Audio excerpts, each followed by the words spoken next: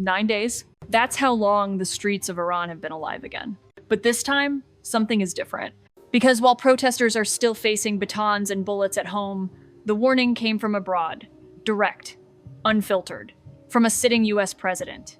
Locked and loaded, words rarely used while demonstrations are still unfolding and almost never aimed at Tehran so openly. I've covered Iran for years.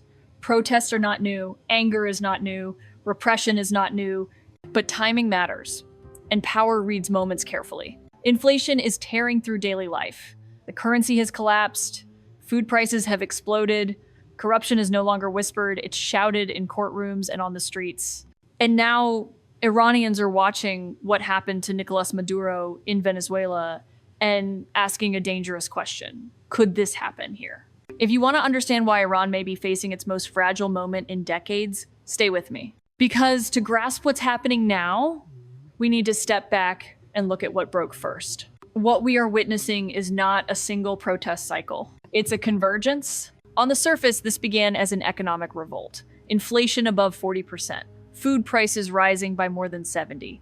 A currency that has lost most of its value in just a year. For millions of Iranians, survival itself has become a daily calculation. But economics alone do not bring people into the streets chanting for the end of an entire system. This unrest sits at the intersection of three pressures.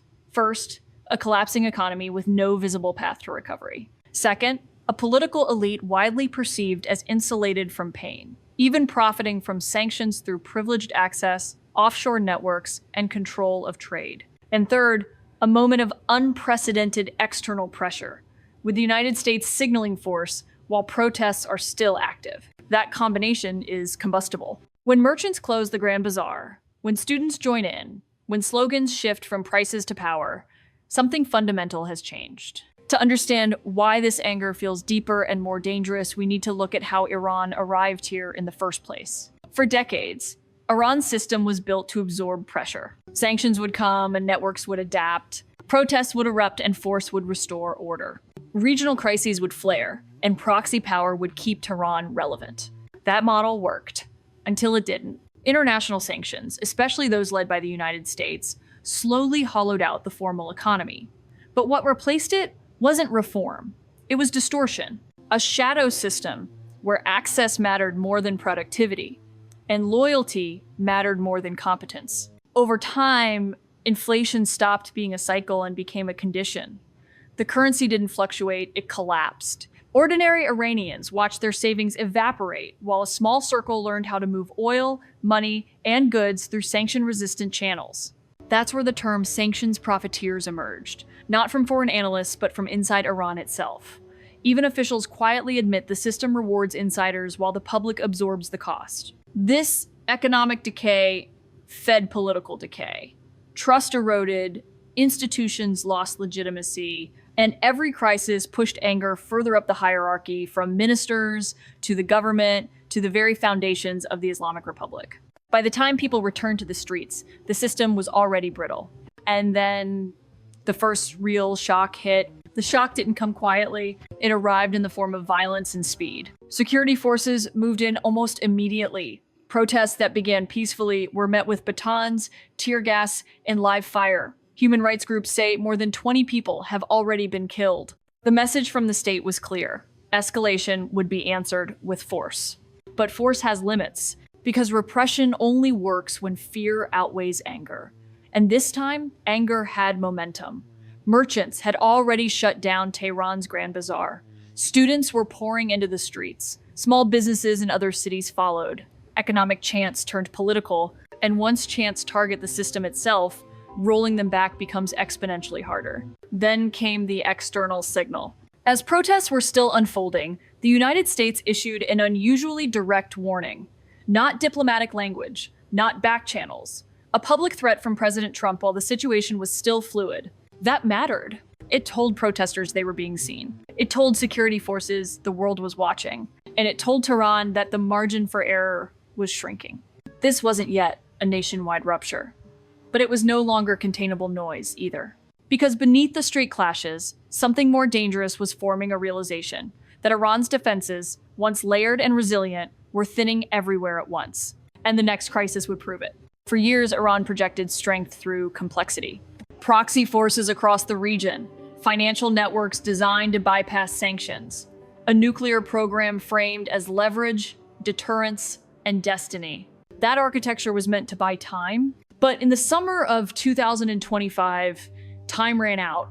The 12-day war between Iran and Israel wasn't just another escalation. It was a rupture. For the first time, the conflict crossed into direct confrontation and then into direct American involvement. US airstrikes hit Iranian nuclear facilities, defense sites, industrial targets. The damage wasn't symbolic, it was structural. Iran's defensive capacity was degraded, parts of its nuclear infrastructure were destroyed, military and industrial sites that had taken decades to build were neutralized in days, and the illusion of strategic depth, the belief that distance and proxies could shield the core, collapsed. Inside Iran, the message landed hard. The system that demanded sacrifice at home had failed to deliver security abroad. This wasn't happening in isolation. Almost simultaneously, Iran's regional position began to unravel. Assad fell in Syria. Hezbollah's senior leadership was decimated by sustained Israeli strikes. Allies that once absorbed pressure for Tehran were suddenly weakened or gone. What remained was exposure. And when exposure meets internal unrest, the center of gravity shifts. Because the next blow wouldn't come from bombs or borders, but from the collapse of the networks Iran relied on to survive sanctions in the first place. Those networks were never meant to be visible. They were meant to be resilient. For years, Iran survived sanctions not by defying the system, but by bending it. Oil moved through indirect channels. Revenues flowed through complex financial arrangements. Venezuela became a critical node. So did markets believed to be tied to China? Russia played its part. Each link compensated for another under pressure. Then the links started breaking. The US operation in Venezuela, the snatching of Nicolas Maduro and his wife, sent a shock far beyond Caracas. It wasn't just about regime change. It was about precedent, about reach, about signaling that geography no longer guaranteed safety. For Tehran, the implications were immediate and severe. Iran's involvement in Venezuela's oil sector suddenly looked like a liability. Channels used to move oil revenues overseas narrowed overnight. Financial routes once considered insulated were now exposed, and options that once existed in the gray zones of global enforcement began to disappear. This wasn't a dramatic collapse. It was worse, a quiet constriction. At the exact moment protests were intensifying at home, Iran's ability to cushion economic pain from abroad was shrinking. The state had fewer tools, less cash, less flexibility, and when a system built on control loses both money and momentum, pressure doesn't dissipate. It turns inward. Which brings us to the people caught in the middle, and why, this time, the cost feels unbearable for those simply trying to live their lives. For ordinary Iranians, this crisis is not abstract. It is measured in meals skipped, in savings erased, in futures postponed. If you live in Iran today, inflation isn't a statistic, it's a daily humiliation. Prices change between morning and night. The currency loses value faster than wages can adjust. Food inflation above 70% means families make impossible choices, not once, but every day. And while you absorb that pain, you watch corruption trials involving senior officials and their families. You hear about insiders who profit from sanctions, who control imports, who move money abroad while you count cash at the market. That contrast breaks something, because anger hardens when sacrifice feels one-sided, when loyalty is demanded, but protection is not delivered, when decades of promises, security, dignity, resistance no longer translate into stability at home. This is why the chants changed, why economic grievances turned political, why slogans once whispered now target the highest authority in the country. If you're on those streets, you're not just protesting prices. You're protesting a system that told you suffering had a purpose and then failed to prove it. And if this story matters to you, share it. Because voices only fade when they're isolated. What's unfolding in Iran doesn't stop at its borders, because when a country this central to the region begins to fracture, the shockwaves travel far beyond its streets. Iran's crisis doesn't stay inside Iran. It never has. This country sits at the center of multiple fault lines, energy markets, regional security, global power competition. When Iran weakens, the effects don't ripple, they cascade. Start with oil. Iran holds some of the largest energy reserves on the planet. Any instability that threatens production, transport, or revenue flows immediately tightens global markets. Prices react not to facts, but to fear. and fear moves fast. Then there's regional balance. A weakened Iran recalibrates every calculation in the Middle East. Israel adjusts its posture. Gulf states reassess risk. Non-state actors, once backed by Tehran, lose coordination, funding, or leadership, creating vacuums that rarely stay empty for long. Global powers are already responding. The United States is signaling deterrence through visibility and precedent. Russia is distracted and constrained. China, tied indirectly through energy and financial channels, faces uncertainty without clear leverage. And then there's the psychological effect. When a regime that has positioned itself as immovable suddenly looks vulnerable, allies hesitate, adversaries probe, neutral actors pick sides or prepare for volatility. This is how internal unrest becomes international consequence. Iran is not just facing protesters, it's facing a world recalculating what comes next, which leaves one unavoidable question. If pressure continues inside and out, where does this road actually lead? There are 3 paths forward from here. None of them are easy. All of them are costly. The first is control. The state tightens repression, cuts off protests through force, arrests, and fear.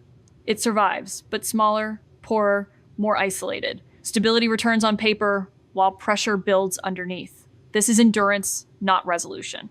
The second is erosion. Protests don't topple the system, but they don't disappear either. Economic decline continues, networks stay constricted, authority weakens slowly. The system governs, but without confidence, without legitimacy, without momentum. This is survival by attrition. The third is fracture. Not collapse overnight, but fragmentation. Power disperses, loyalty cracks, institutions compete. The center holds until one moment it doesn't. History shows this path is rarely chosen deliberately. It emerges when systems lose the ability to adapt. For decades, Iran's leadership argued that hardship was the price of sovereignty, that regional power would guarantee domestic security, that patience would be rewarded. Today, those equations no longer balance. Because when external pressure meets internal disbelief, ideology alone cannot stabilize a system. And that brings us to the final question, not about Iran's leaders, but about what this moment ultimately reveals. About power, about limits, and about what happens when a state built on resistance runs out of room to maneuver.